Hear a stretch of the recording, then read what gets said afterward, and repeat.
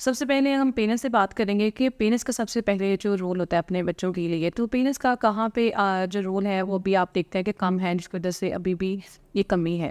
Parents اصل میں ہمارے یہاں یہ بھی مسئلہ بنا ہے کہ ایجوکیشن جو ہے اس کو صرف پڑھنے لکھنے تک محدود کر دیا گیا. مثلاً 10 جماعتیں پڑھ لے، اس کے بعد جناب والا 12 جماعتیں پڑھ لی، matric, intermediate, under graduation, graduation, یہ سلسلہ چلتا رہتا ہے.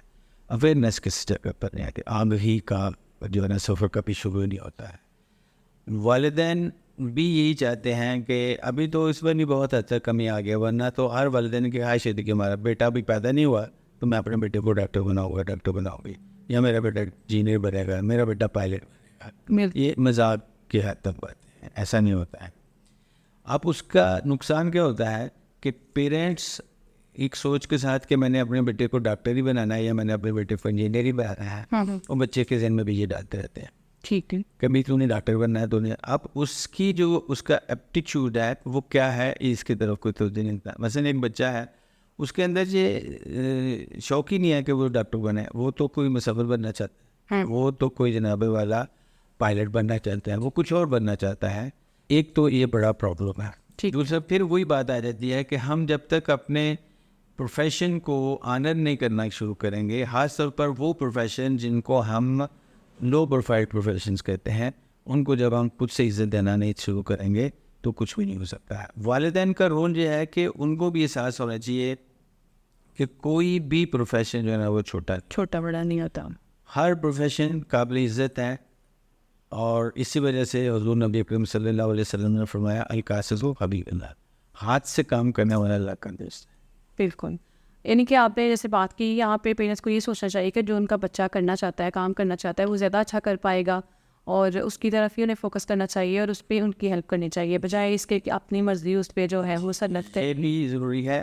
دوسرا ان کو یہ بھی پتہ ہونا چاہیے کہ کارپینٹر بن کے بھی اچھا گھر چلایا جا سکتا ہے، الیکٹریشین بن کے بھی اچھا گھر چلایا جا سکتا ہے. سوسائٹی کو بھی یہ سمجھنا چاہیے کہ ہمیں ان پروفیشن پر کوئی بھی والدین جو ہے نا وہ یہ نہیں چاہتا کہ ان کا بیٹا الیکٹریشین بن جائے.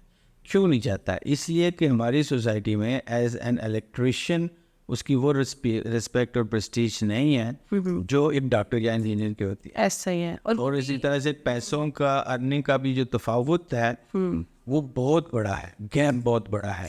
ایک ڈاکٹر جو ہے نا وہ روزانہ بیٹھ کے جو ہے ایک پیشنٹ سے 3,000 2,000 2,500 جو ہے نا اسپیشلسٹ فیس چارج کر رہا ہوتا ہے، میڈیسن کے لحاظ سے پیسے کما رہا ہوتا ہے، اور اس کا اسٹیٹس بھی جو ہے نا وہ اس الیکٹریشین سے ہر لحاظ سے ڈفرینٹ ہوتا ہے. ہونا کہ چاہیے میٹرک تک کو سب کو ایجوکیشن حاصل کرنی چاہیے، یہ تو کوئی دوسری رائے نہیں ہے. یہ ایجوکیشن کافی ہے، سب کے لیے نہیں میں کہہ رہا ہوں، لیکن زیادہ تر کے لیے کافی ہے. اس کے بعد ہنر کی تعلیم. ہنر کی تعلیم میں اب باہر چلے جائیں تو اگر کسی نے نائی بننا ہے نا اس کے لیے اس کے پاس ڈپلوما ہونا چاہیے. اور وہ جب کسی شاپ کے اوپر کام کر رہا ہوتا ہے یا اپنی شاپ کے اوپر کام کر رہا ہے تو اس کو اتنی ہی عزت دی جاتی ہے، اس کا معاشرے میں اتنا ہی مقام ہوتا ہے. ہمارے ہر آئی کا کام سیکھ کا رشتہ نہیں ہے. ابھی ہم بات کر لیتے ہیں ٹیچرس کی. ٹیچرس کا ایک بہت بڑا رول ہوتا ہے، آپ ایز اے ٹیچر اچھی طرح سے سمجھتے ہیں. ٹیچرس کا کیا کردار ہے ینگسٹر کو بنانے میں؟ سب سے زیادہ اہم کردار ہی ٹیچرس کا ہے. بالکل.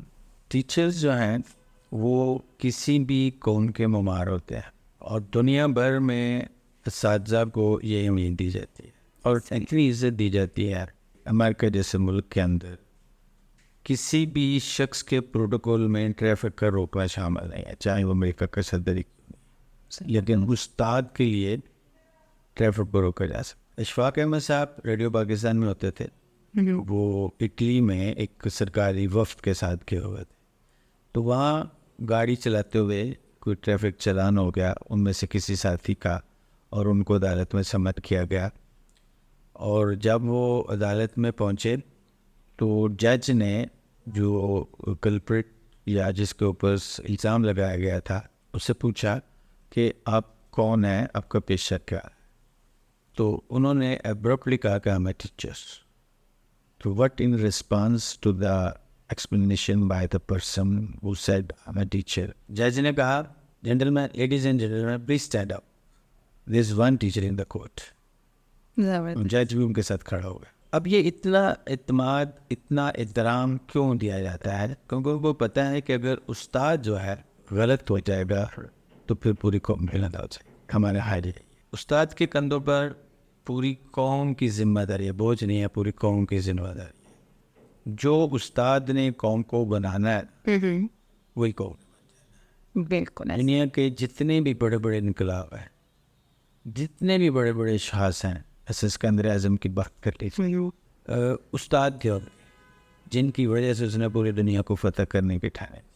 ایسا ہی ہے کہ ٹیچر کا ضرور ہاتھ ہوتا ہے ہر استاد کے بغیر جو ہے وہ قومیں بن نہیں سکتی ہیں. اسی لیے نبی اکرم صلی اللہ علیہ وسلم کی حدیث پاک ہے, پیغمبروں کی میراث, جو پیغمبر میراث چھوڑتے ہیں نا وہ انورڈ. اور نبی اکرم صلی اللہ علیہ وسلم کی ایک یہ بھی حدیث پاک ہے کہ مجھے استاد یعنی معلم جو ہے نا مبعوث کیا. نہ کر تو استاد کی بے انتہا اہمیت ہے. اگر استاد جو ہے ہمارا وہ ٹھان لے کہ میں نے قوم کو, اس ڈوبی ہوئی قوم کو پار لگانا ہے, تو چند سالوں کی بات ہے. ہم دیکھتے ہیں کہ پہلے ایسے اساتذہ تھے, جیسے کہ میرے پیرنٹس بھی بتاتے ہیں, اور وہ بتاتے ہیں کہ ایسے اساتذہ ہوتے تھے کہ ایک اسٹوڈنٹ نہیں نہ پڑھنے گیا تو استاد خود اسے لینے آ جاتا تھا, کہ استاد کو تھا کہ میں نے اس کو پڑھانا ہے, کہ اب پیرنٹس نے اس بچے کو میرے حوالے کر دیا ہے, اب اس کو میں نے کچھ بنانا ہی ہے. اب اساتذہ میں بھی ہم یہ چیز کمی دیکھتے ہیں اس چیز کی کہ اس طرح سے نہیں ہے اب وہ کریٹو. استاد جو ہے نا وہ اس کا پیشن کیا ہے, اس کو اپنے آپ کو اس طالب علم جس کو وہ پڑھا رہا ہے اس میں دیکھنا چاہیے. وہ اپنا عکس اس میں دیکھنا چاہے گا نا کہ میں اس کو وہ بنا دوں جو میں نہیں بن سکا. وہ ڈاکٹر بناتے اس کو انجینئر بنا سکتا ہے, وہ اس کو کچھ بھی بنا سکتا ہے. یورپ میں آپ کو واقعہ سناتا ہوں, میرے پاس کئی سال پرانی بات ہے, ابھی میں ہمارے کالج میں بھی نہیں گیا تھا. ایک یو کے سے فیملی میرے پاس شفٹ ہوئی ہمارے سیلکوٹ میں, تو ان کے بچوں کو اردو نہیں آتی تھی. وہ بچے انہوں نے میرے پاس اس کو اردو سکھائی ہے, بھیجا کرتے تھے. ٹھیک ہے. مجھے اس زمانے میں نا کچھ کتابوں کی ضرورت تھی جو پاکستان میں میسر نہیں تھی. تو میں نے اس کو کہا یار تمہارا کوئی یو کے میں ریلیٹیو ہے تو اس کے فادر یو کے میں, تو ان کو مجھے کتابیں بیچتے ہیں, وہ وہاں سے میں پیمنٹ کر دوں. میں نے اس کو کتابیں لکھ کے دے دی, اس نے بھیج دیا ہوں گا, اپنے فادر کو بھیج دیا. میں یہ سمجھ رہا تھا. کچھ دنوں کے بعد وہ کتابیں لے کے میرے پاس آیا, آواز وائر بچ بھی. تو میں نے پوچھا کیسے منگوائیں, تو اس نے کہا کہ میری ٹیچر نے بیچی ہیں. میں بہت حیران ہوا. میں نے کہا تمہارے فادر ادھر ہیں تو میں اپنے ٹیچر کو کہہ رہا. اس نے کہا I trust in my teacher more than my father. میں اپنے والد سے زیادہ اپنے ٹیچر کے اوپر بھروسہ. یہ کریکٹر ہے وہاں پر. یہ کریکٹر ہمارے ہاں ٹیچر کا بن جائے نا, جو کہ نہیں ہے. ہم لوگ جتنے بھی آج آپ کو ٹیچرز نظر آئیں گے شاید ہوں, لیکن وہ شاید والی بات ہے. ٹیچر نہ خود پڑھتا ہے نہ اس کو جدید تقاضوں کا پتہ ہے, اس کو میتھڈالوجی نہیں, بس پڑھ کے آ گیا اور وہ ٹیچر لگ گیا, تو پھر اس کے بعد اس نے کبھی اپنے آپ کو امپلیمنٹ. ہمارے یہاں سسٹم ہی نہیں ہے.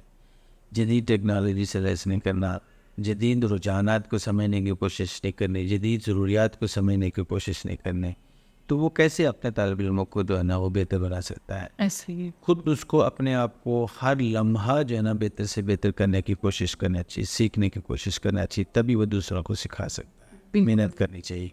اور اس کا یہ ریوارڈ صرف پیسوں کی شکل میں نہیں ہوتا ہے. اس کا ریوارڈ جب اس کا طالب علم کامیاب ہو جاتا ہے نا تو وہ اس کا ریوارڈ.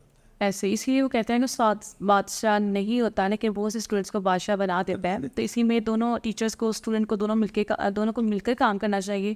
جب وہ مل کے کام کریں گے تو ایک اچھا جو ہے وہ طالب علم جو ہے وہ ینگسٹر ہماری سوسائٹی کو ملے گا. اس میں سوسائٹی کی ہم بات کریں کہ ہماری سوسائٹی کا کتنا رول ہے اس میں جو ہے. سوسائٹی جو ہے نا that is framed with the people, لوگوں کے ساتھ ہی فریم ہوتی ہے سوسائٹی. ہر فرد ہے ملت کے مقدر کا ستارہ. تو ہر فرد ملت کے مقدر کا جب ستارہ ہے تو ہر ایک کو اپنا اپنا رول اپنا سمجھنا پڑے گا. معاشرے افراد کی زندگی کے ساتھ جڑے ہوتے ہیں. اگر افراد زندہ ہیں فزیکلی نہیں اسپرچولی, تو پھر جو ہے نا وہ معاشرہ بھی زندہ رہتا ہے. اگر افراد پژمردگی کا شکار ہو جاتے ہیں تو پھر معاشرہ بھی پژمردگی کا شکار ہو جاتا ہے. ہر شخص کو اپنی ذمہ داری کو سمجھنا ہے اور معاشرے کو توانائی بہم پہنچانے کے لیے اس کو اپنا کردار جو ہے نا وہ احسن طریقے سے انجام دینا چاہیے. ہمارے ہاں یہ ایک بڑی قباحت ہے کہ ہم اپنے حقوق کی بات کرتے ہیں, فرائض کی بات کسی بھی لمحے کے اوپر. میں ہم سب اس بات کا جو ہے نا وہ شکار ہے، اس ایک المیہ کا شکار ہے کہ میں بھی جب بات کروں گا تو اپنے حقوق کی بات کروں گا، جب میرے فرائض کی بات آئے گی تو میں فرائض کے حوالے سے ذمہ داری قبول کرنے کے لیے سب سے پہلے فرض ہے، پھر آپ اپنے حق کا مطالبہ کر سکتے ہیں۔